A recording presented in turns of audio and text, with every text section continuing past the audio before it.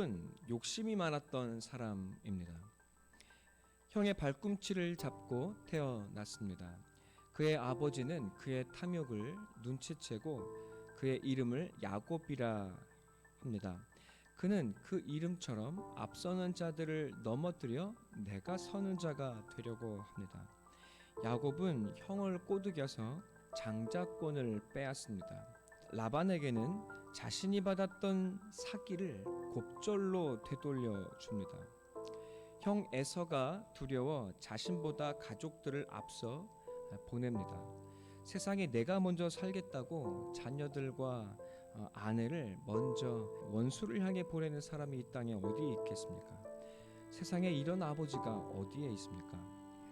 그는 또한 세상의 욕심을 버리지 못하고 아버지께로 돌아가는 것이 아니라 세겜으로 찾아가고 그곳에 머뭅니다. 그곳에서 자신이 가진 수많은 양떼들의 털과 고기로 돈벌이를 하기 위함이었습니다. 그는 그곳에서 땅을 사고 집을 짓고 큰 농장들을 만들었습니다. 그런데 하나님은 이 야곱을 사랑합니다. 아버지 이삭에게 잘난 에서 말고 사기꾼 야곱에게 장자의 축복을 주라고 하십니다. 사기쳐서 집 떠나 도망가는 야곱을 하나님은 축복하시고 찾아오십니다. 라반에게서 도망칠 때에는 그를 보호하시고 라반을 두렵게 하십니다. 형 에서 앞에 서야 하는 야복강 나루에서는 내가 널 이기지 못한다는 이스라엘이라는 이름을 지어 주셨습니다. 하나님과 씨름한 야곱은 하나님을 이긴다는 뜻의 이스라엘이라는 이름을 받고 하나님이 나를 이기지 못하시니 세상도 나를 이기지 못하고 형도 나를 이기지 못하리라는 믿음으로 담대히 나아가는 사람이 되었습니다. 결국 아들들이 사고를 쳐서 세겜을 도망쳐야 했을 때는 하나님이 오히려 세상이 그를 두려워하게 하셔서 그를 보호하게 합니다. 하나님은 약속대로 그가 베델에 돌아오기까지 그를 지키셨습니다. 그 언약의 말씀이 바로 창세기 28장 15절에 나와 있는 말씀입니다. 내가 너와 함께 있어 내가 너로 어디로 가든지 너를 지키며 너를 이끌어 이 땅으로 돌아오게 할지라 내가 너에게 허락한 것을 다 이루기까지 너를 떠나지 아니하리라 하신지라. 놀라운 축복의 말씀입니다. 하나님은 야곱을 지키시기만 한 것이 아닙니다. 하나님은 야곱을 또한 빚어가십니다.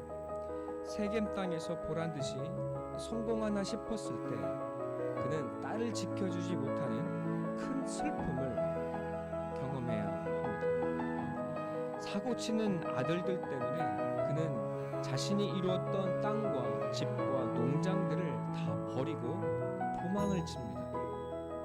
그 도망하는 길에 어머니와 같았던 유모를 떠나보냅니다. 그는 슬픔에 겨워 그 무덤을 알론바굿 곧 곡함의 상술이라고 칭하게 되었습니다.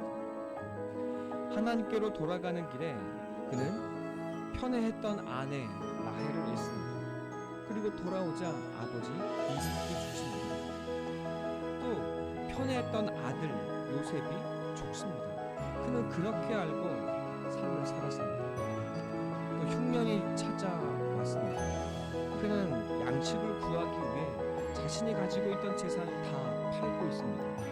그리고 지금 그는 베냐민마저도 잃어버려야 할지 모르는 위기에 빠져 있습니다. 하나님이 야곱을 사랑하고 지키십니다. 그러나 고난이 없는 것이 아닙니다. 하나님이 그를 빚고 계십니다. 하나님이 그를 고난의 정과 인생의 망치로 산산이 부수고 계십니다. 하나님이 그를 세상과 자아로 가득한 자가 되게 하시지 않습니다. 산산이 부수어 덜어내시고 하나님을 의지하는 자가 되게 하십니다. 하나님을 채우는 자가 되게 하십니다. 인생의 고난과 아픔을 아는 자가 되고 또 눈물을 아는 자가 되고 있습니다.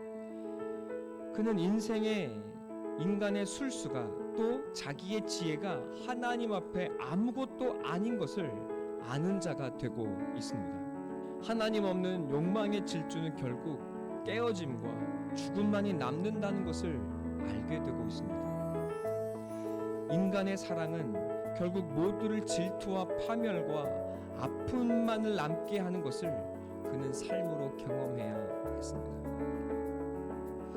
욕망의 사람 야곱의 손에서 하나님은 모든 것을 빼앗아 가시고 또 빈털터리가 되게 하나님으로부터 오지 않은 그 모든 것은 결국 손에 남는 것이 없다는 것을 그는 깨달아가고 있습니다.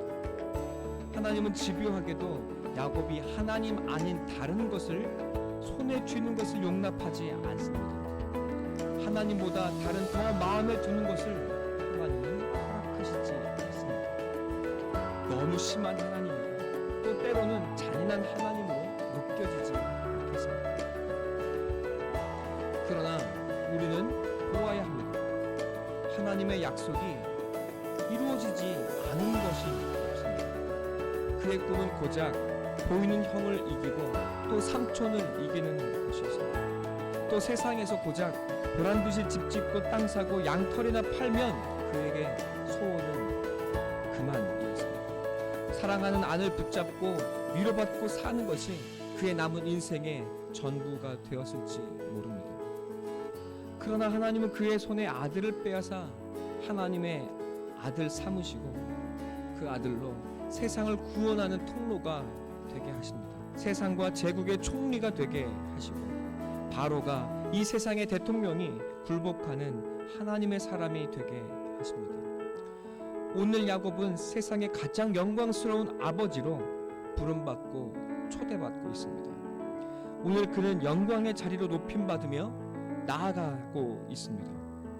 그는 바로가 아니지만 바로보다 더 높은 지위를 얻습니다. 바로가 두려워하는 요셉의 아버지요 하나님의 사람이기 때문입니다. 하나님은 야곱을 고난으로 그 욕망과 자기 생각을 무너뜨리시고 하나님의 약속을 성취하고 계십니다. 야곱이 그가 알지 못했던, 그가 이해하지 못하는 높은 지경과 새로운 땅으로 그를 인도하고 계십니다. 고난에 부서진 존재인 줄 알았으나 세상이 이기지 못하고 하나님이 이기지 못하는 자가 되게 하셨습니다. 여러분, 이것이 우리를 향한 하나님의 일하심입니다. 내 뜻대로 되는 것 같지 않습니다. 고난에 고난이 더해지고 하나님 내 손에 준 것 다 앗아가시는 것 같습니다. 그럼에도 하나님만 남아서 결국 그 하나님을 떠날 수도 없게 하십니다. 하나님의 목적은 내 소원이 성취되는 것이 아니라 내 방법, 내 뜻대로 내 소원이 이루어지는 것이 아니라 하나님의 사랑을 아는 참 사람이 되게 하는 것에 있습니다. 나를 빚어가는 것에 있습니다. 고난에 깨어지는 연약한 내가 하나님이 이길 수 없는 사랑의 존재인 것을 아는 자리까지 우리를 이르게 하는 것이 하나님의 뜻이요 하나님의 목적입니다. 하나님은 그곳까지 우리를 이르게 하시기 위해 우리를 남김없이 부셔뜨리시고 하나님의 뜻대로 새롭게 세워가십니다.